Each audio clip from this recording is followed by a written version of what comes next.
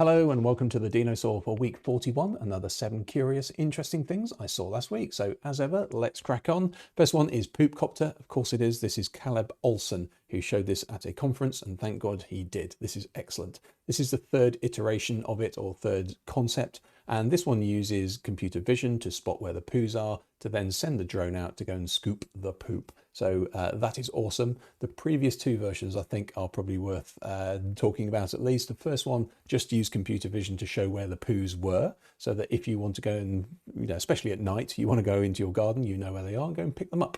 The second one actually attached a laser to that as well and pointed them out actually on the grass and used a pathfinding algorithm to tell you which is the most efficient way to go and pick up the poos that are in your garden. So there you go. Amazing. Well done to Caleb for that and the Poopcopter.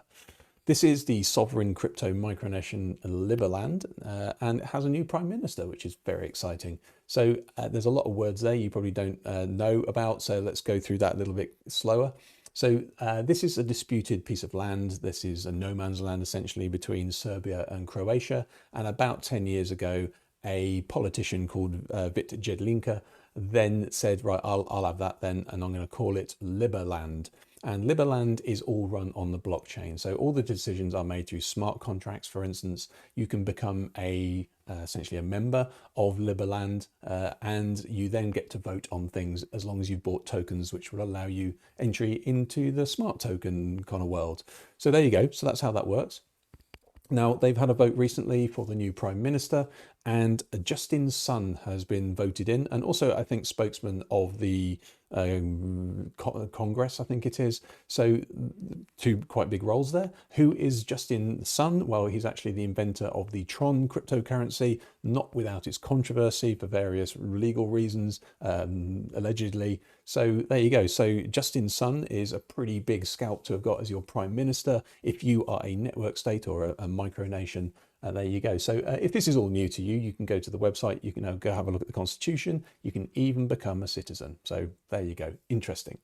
Holographic sound printing. So a couple of years ago, this was demonstrated as a thing, and now it's got a bit of an upgrade. So what am I talking about? Well, this is 3D printing using resin, but also using sound to solidify the resin. So if you have a bath of resin, as you're seeing here, you point some ultrasound at a point in that resin and it solidifies the resin. Therefore, if you can then move that little point around a lot, you can then create objects. Now, what they've done here is they've taken it a step further and they've created holograms with the sound. Essentially, what they've done is they've manipulated the ultrasound to create very complicated patterns layer by layer as it goes up through the liquid. Therefore, 3D printing, creating very complicated, very interesting things. Now you go, well, you can do this actually with light at the moment. That's how resin printing works. So why is this even interesting? Well, it's interesting because sound can go through opaque things. So light can't generally do that, but sound can. You can hear sound through a wall, but you can't see the light through a wall. This is interesting because it therefore means you can potentially print things inside the body. So you could inject some of this liquid, you can then 3D print the thing inside the body, you can then pull out the unused liquid and you leave this structure inside. So it can deliver drugs, it can do all sorts of things inside the body. So there you go, that's kind of interesting. Who knows what it's actually going to be used for, but that's kind of funky. Tesla had an event this week, you might have seen it in the news, and they unveiled the Robo-Taxi and the Robo-Van. Now, Elon's been talking about this a bunch, pretty much just to drive up the share price, I guess, and there's now, there's a bunch of them that actually exist, so there were quite a few of them at the event. So I think at Warner Brothers, I think it was. So they created this whole set that you can go around. Now, what is it? It's basically a Tesla, but it is just a taxi. So it has no driver, it has no pedals, it has no steering wheel. It is charged inductively, so you don't actually plug it in, so nobody has to plug it in. It just drives on top of a piece of tarmac with an induction loop in it, a bit like your phone does. And there you go. Apparently it's going to be under $30,000 and will be available in the next 2 years. Of course, Elon is, or Tesla wider, is notorious for breaking all of that and possibly not even delivering it. So make of that what you will. At the event as well, unveiled the Robo-Van, which is just a bigger version. No details behind it whatsoever, as ever. This is all going to run autonomously, and as we know, it's not actually delivered just yet anyway, to various laws in depending on whatever state you're in. So US only at the moment, but there you go, lots of dudes getting out of a van. Interesting. Billy Boy Condoms in Germany have created a consensual sex app. It's been a while since I've actually reported on an app. There you go. They still make those apparently. However, what this is if both of you, let's just say we're in a traditional relationship there are two of you, and you both have this on your phone, you both download it, you bang your phones together, and it then starts this app. And what it basically does is it cuts off your video, your audio, and your image taking ability. So if you're both, getting down to the act, and if therefore your phones are locked, if anybody then takes one of the phones, unlocks it, it sounds an alarm on both of the phones, and therefore that potentially you're having non-consensual sex at that point, because somebody might be recording you, and that is very much illegal and also a very bad thing. So that's an interesting thing. Of course, this is really just a PR thing to bring people's attention to this, but very well done for doing that as well via an app. It's like 10 years ago again.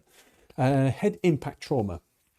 90% of concussions don't actually produce any sort of loss of consciousness. So therefore, very hard to know when you've had an impact in your head that actually needs a bit of treatment, or at least you need to sort of take some time out to recover from it. So that's what this device does. It lasts for 24 hours at a charge, and it will then record the GPS and the impacts and the speed all in the device. So you can connect it to your phone, you can download it, or you can real-time monitor it as well. So in this case, I guess is a visual of a mountain biker. If you then, for instance, clump your head, get back on, and it's saying, look, you've had 61G in your head, you probably want to sit this one out. So you can imagine this horse riding or boxing or rugby or mountain biking or whatever. So very interesting, great diagnosis tool as well. So available on the website, I guess. Anyway, head impact trauma detection. And finally, almost leading on from that, talking about mountain bikes and impacts, this is the Red Bull Rampage, happens every year, and is basically notorious for some of the meanest, gnarliest tricks you're ever going to see. This is Tyler McCall's solution to making sure his pedals stay level. I love this one. It's like with all the innovation in the world and AI at the moment, then if you're in mountain biking right now, this is innovation. It's a couple of inner tubes, maybe a bit of glue and some magnets. So all it does is it repulses the pedal to make sure that when your cranks are level, your pedals are level as well. So when you take your foot off doing a cool trick, then when you put like this one he's just doing in the corner, then when you put your foot back down, it's flat and ready for you. So I love that one. Imagine in the next year, this is going to be servo assisted and you have to buy some whole digital doodad for this. But at the moment, it's magnets and a bit of inner tube. So love that one. Well done. Hopefully that was useful. Hopefully it was interesting. If it was, maybe subscribe, maybe show it to a friend, and I'll see you next week.